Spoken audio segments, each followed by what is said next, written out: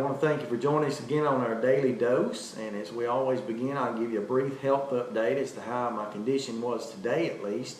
I can tell you that not a lot has changed between yesterday and today. I woke up this morning and felt a little rough, as I generally do. And that has to do with an oxygen level that they take just right beside or right in the heart there that they can take every day. Generally, mine runs between 45 and 55. A healthy person would go from 60 and above, and so you can see I'm beneath that. But today that level was as low as a 42. Now so far that's the lowest oxygen level I've had, and so that makes you feel pretty bad when your oxygen is that low. In addition to that, at some point this morning when they were drawing some blood, they noticed that my blood sugar was supposedly 281. Now the typical person has a blood sugar rate of between 130 and 140. So you can see mine was rather elevated, so they thought. But they came back later and decided that that may be due to some of the medication I'm on, and so it wasn't really a point of worry at this point. And of course they'll recheck that over the next few days and make sure of that. But probably just a side effect slash a problem with the blood test itself, and probably not anything to worry about at this time.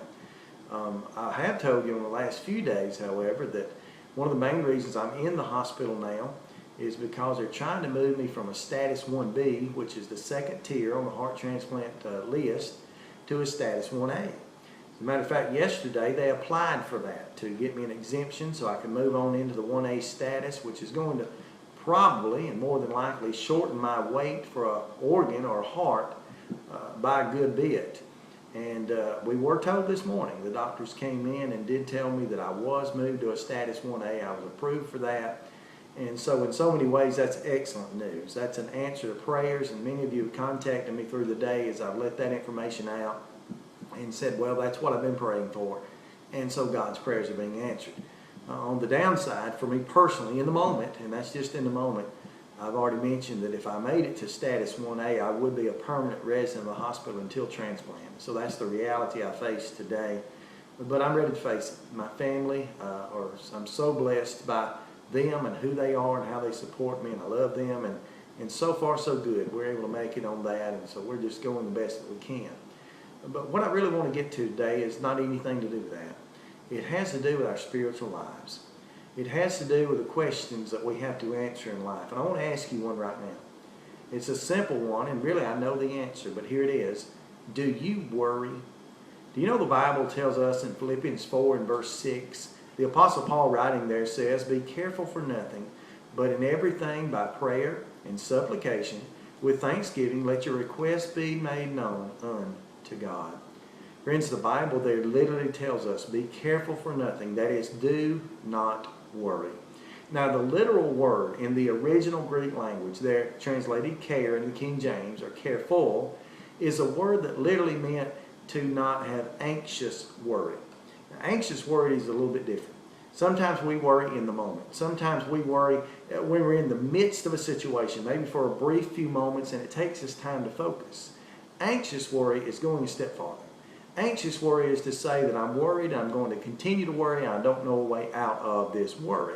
Well, the apostle here, by the inspiration of God, tells us not to have anxious worry.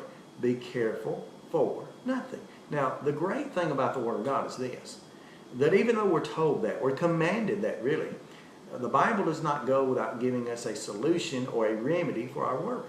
And the verse said, just to go back and re-quote it, Philippians 4 and verse 6, be careful for nothing, but in everything, watch this, by prayer and supplication, with thanksgiving, let your requests be made known unto God. What does that mean?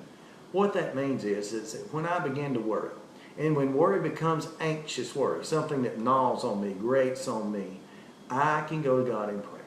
I can give my worries, my burdens, my problems over to God. Now, a lot of times we say that, and it's become cliche. People who are religious, whether they be members of the church that Jesus built, or just religious in general, to use it loosely, and they say you need to turn that over to God. Well, here Philippians 4:6 says to do just that. And so I ask you again, do you worry? And then I might add to that, do you have anxious worry? If so, take it before the throne of God.